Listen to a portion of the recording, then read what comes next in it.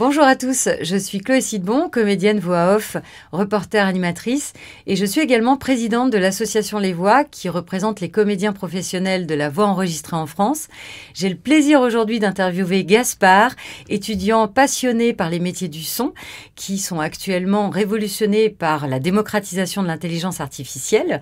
Bonjour Gaspard. Bonjour Chloé. Merci d'être là. On va parler ensemble de son, de musique, de voix, de doublage, mais aussi de l'usage de l'intelligence artificielle dans ton futur parcours professionnel. Mais avant ça, est-ce que tu peux te présenter en quelques mots ?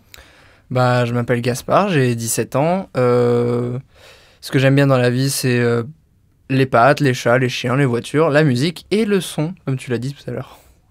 Et donc, tu as envie de devenir... C'est ça, oui. Je veux devenir ingé son et travailler dans les métiers du son. Ok. Et en quoi l'univers du son est vraiment important pour toi ? C'est avant tout une passion pour moi. C'est quelque chose dans lequel j'ai été baigné toute mon enfance. Hein. Ça fait par exemple 12 ans que je fais de la guitare. J'ai eu un papa qui m'a initié très tôt un peu à tout l'univers sonore derrière la musique en général. Et voilà. Donc, tu écoutes beaucoup de musique, je suppose. C'est ça. Et alors, comment tu vois l'arrivée de l'intelligence artificielle dans ton futur secteur ? Je vois ça de plusieurs manières. Déjà, ça peut être un outil, un très bon outil pour gagner un peu de temps par-ci, par-là, où il y a des tâches qui ne sont pas forcément obligées d'être faites par un humain qui, bon, d'accord, on peut les faire par intelligence artificielle, excusez-moi. Mais je vois ça aussi un peu comme un frein à la créativité, parce que il y a beaucoup de gens qui s'en servent justement pour aller très vite et, je vais pas dire faire du travail bâclé, mais il y a moins de minutie dans le travail fait. Les gens sont moins minutieux, moins appliqués. On pourrait presque dire que ça, c'est un peu feignant, quoi. Tu veux dire que c'est un outil qui pourrait être utile, mais qu'il faut s'en servir avec parcimonie, parce que finalement, on pourrait quelque part laisser presque tout faire à l'intelligence artificielle. C'est ça, et c'est très important que pour moi, que la création reste humaine et qu'on apporte toujours notre touche personnelle, quoi, parce que l'IA ne va pas... chaque ordinateur n'aura pas une vraie personnalité à apporter à sa création finalement, et c'est important que ça reste humain, quoi. Donc la création, oui, humaine, oui, avec pourquoi pas un petit coup de boost avec une IA, mais surtout tout le process de création qui demande quand même du temps, de la réflexion, de la maturation. Ça, tu penses qu'il faut quand même que ça reste 100% humain ? Oui, je pense qu'il faut que ça reste 100% humain, parce que c'est ce qui fait l'identité de la musique ou même du son dans les publicités. Hein. Ça fait l'identité de ce qu'on écoute, et c'est extrêmement important, parce que sinon tout devient uniforme et très plat finalement. Et ça se ressemble. Et ouais, tout se ressemble. Et est-ce que tu as une idée de comment tu pourrais t'en servir, toi par exemple, dans ton futur métier ? Franchement, peut-être pour un petit gain de temps, pour si jamais je dois faire un travail assez propre, sans vraiment d'impureté, ou que je suis amené à enregistrer un son et qu'il y a un petit bruit de pas que je voulais pas qu'il soit là, l'IA pourra l'enlever ou quoi, ok. Mais dans ta création, tu ne l'utiliseras pas ? Non, je pense vraiment pas l'utiliser, parce que c'est quelque chose... je veux que ce soit ma création, ça m'appartient, quoi. Et c'est important pour moi que ça reste quelque chose que je fasse moi-même, c'est ma personnalité, ma création, et c'est pas une IA qui apportera ce que moi je vais apporter. C'était ma future question, c'était à ton avis quel impact ça aurait sur ta création et sur la création générale. Je suis devant. Et je vois que tu as un t-shirt Pink Floyd, oui, donc je vois que tu es fan de Pink Floyd, c'est quand même un super groupe. Tu écoutes quoi comme genre de musique ? Beaucoup de rock, du vieux rock and roll, du blues, merci papa. Cite-nous quelques groupes. je sais pas, les Who, les Rolling Stones, les Beatles que j'écoutais beaucoup quand j'étais petit, les Doors, Led Zeppelin, Pink Floyd. Alors eux, justement, ils ont vraiment une identité sonore très particulière. C'est ça, ouais. Parce que c'est principalement des groupes de rock un peu expérimental ou de rock psychédélique pour les Floyd et aussi Led Zepp. Et tu penses que ça aurait pu... l'IA aurait pu peut-être empêcher ça ou est-ce que... Justement, par exemple, avec les Beatles ont sorti un morceau il n'y a pas très longtemps qui a été fait en partie avec l'IA et puis on peut, enfin, si on s'intéresse un peu à tout l'aspect technique, on peut voir que la bande-son est entièrement compressée. Ce qui fait qu'en fait, quand on écoute une chanson originelle des Beatles enregistrée en studio avec des instruments faits, tout fait main, quoi, on peut voir quelques petites impuretés des fois.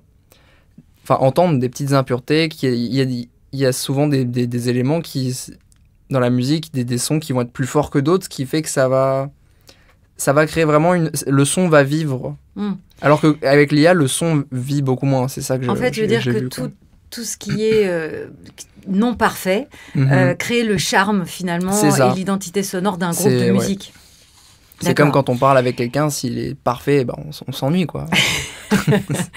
Et du coup, on parlait d'identité sonore et ça passe aussi par la voix. Oui. Et tu me disais que, voilà, évidemment, tu adores regarder des films, des séries comme tout le monde sur les plateformes et tout ça, et que tu aimais bien regarder les séries en version française, parce que tu étais aussi attaché aux voix de doublage françaises. Donc, pourquoi ? C'est ça, tout simplement parce que la langue française, c'est ma langue maternelle. Je suis assez attaché, c'est ma culture. Et aussi parce que alors il y a beaucoup de puristes du cinéma qui vont dire non, moi je regarde tout en VO, sinon c'est bizarre, c'est pas bien calibré sur les lèvres, machin. Franchement, moi je m'en fous un peu. Mais surtout. Qu'est-ce que ça t'apporte ? Qu'est-ce que ça m'apporte ? Ça apporte déjà une diversité en fait dans le cinéma. Et par exemple, quand on regarde une scène en anglais et une scène en français, comme dans le Star Wars 5 par exemple, avec Leia qui dit je vous aime à Han Solo, et Han Solo qui lui répond en français je sais. Ouais. La phrase est assez c'est un peu prétentieux, quoi. Alors qu'en anglais, on a l'impression qu'il s'en fiche un peu. Oui. C'est différent et ça apporte. Chaque comédien de doublage va apporter sa touche personnelle finalement, et puis en plus de ça, il apporte aussi un bout de la culture de la langue qu'il parle. Donc il apporte son humour, sa personnalité et un sous-texte en plus qui peut parfois enrichir le propos. Ouais. Et du coup, je suppose que pour toi, c'est pas forcément donc pertinent de remplacer les voix des artistes par des voix artificielles, d'intelligence artificielle. Alors pour moi, c'est vraiment pas pertinent du tout. Hein. Pour moi, ce serait vraiment un appauvrissement du cinéma, de la publicité en général, de tout ce qui de tout l'univers du son. Ce serait un vrai appauvrissement parce que justement, en fait, on se retrouverait dans un environnement sonore où tout est uniforme, tout se ressemble, et que du coup, je pense que ce serait très vite chiant. On aurait toujours affaire quasiment à la même personne, peut-être avec un timbre de voix différent, mais ce serait toujours les mêmes réactions. Et pas d'humour personnel, pas d'humour propre à la culture. Alors peut-être que les IA en seront capables, mais j'attends de voir quand même. Et je crois que tu avais un exemple avec une série canadienne assez rigolo. Ah, c'est une série américaine qui s'appelle Brooklyn Nine-Nine. C'est un peu humour pipi caca, hein, je vais pas le cacher, mais il y a une scène dans un épisode, je sais plus du tout lequel, où le héros principal, Jake Peralta, en français, moi je la regarde en français cette série, fait une blague avec l'accent québécois. Alors, bien sûr, c'est très drôle, hein, excusez-moi les Québécois, mais et du coup, curieux comme je suis, j'ai regardé en anglais ce que ça donnait, et en fait, il fait la même blague avec le mot anglais, mais sans l'accent québécois. Et j'étais déçu. J'étais un peu déçu. Et surtout, la voix française, le doubleur français d'Andy Samberg, et je connais pas du tout son prénom, mais il a une voix qu'il ajoute.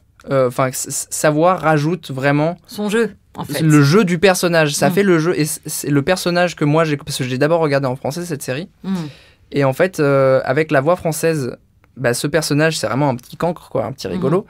Et en anglais, c'est un Américain badass, mais qui est quand même un peu drôle, mais beaucoup moins marrant. Oui, c'est gentillet, c'est pas, ouais, c'est ça. Ça n'a pas la même dimension qu'avec le doublage français. D'accord. Ouais. Ok, et pour terminer, Gaspard, alors comment t'imagines ton futur et ton futur aussi professionnel? C'est quoi ton idéal? Mon idéal, ce serait un monde un peu de création, comme les hippies ou zen, non, pas du tout, mais... La référence. Oui, Okay. Ouais, voilà. Non, mais mon idéal, ce serait quand même, je sais pas, que oui, ma création dans mon futur métier m'appartienne, que ce soit vraiment quelque chose de personnel et qu'on ne dépende pas de l'IA, que je ne dépende pas, j'ai pas envie de dépendre d'un truc qui n'est pas vivant, quoi, qui est, enfin, pour moi, une IA, c'est aussi plat qu'un mort, quoi, donc, voilà, j'ai pas envie de dépendre de ça, et oui, pour moi, l'idéal, ce serait quand même pas un retour aux bases, ça fait un peu vieux jeu, ça, mais un espèce de ralentissement, on prend le temps de bien faire les choses, et aller moins vite, je pense que ça tuera personne, quoi. Voilà. Belle conclusion, merci Gaspard. Mais j'en prie, on te souhaite bonne route et à bientôt. Merci, à bientôt. Salut. Salut.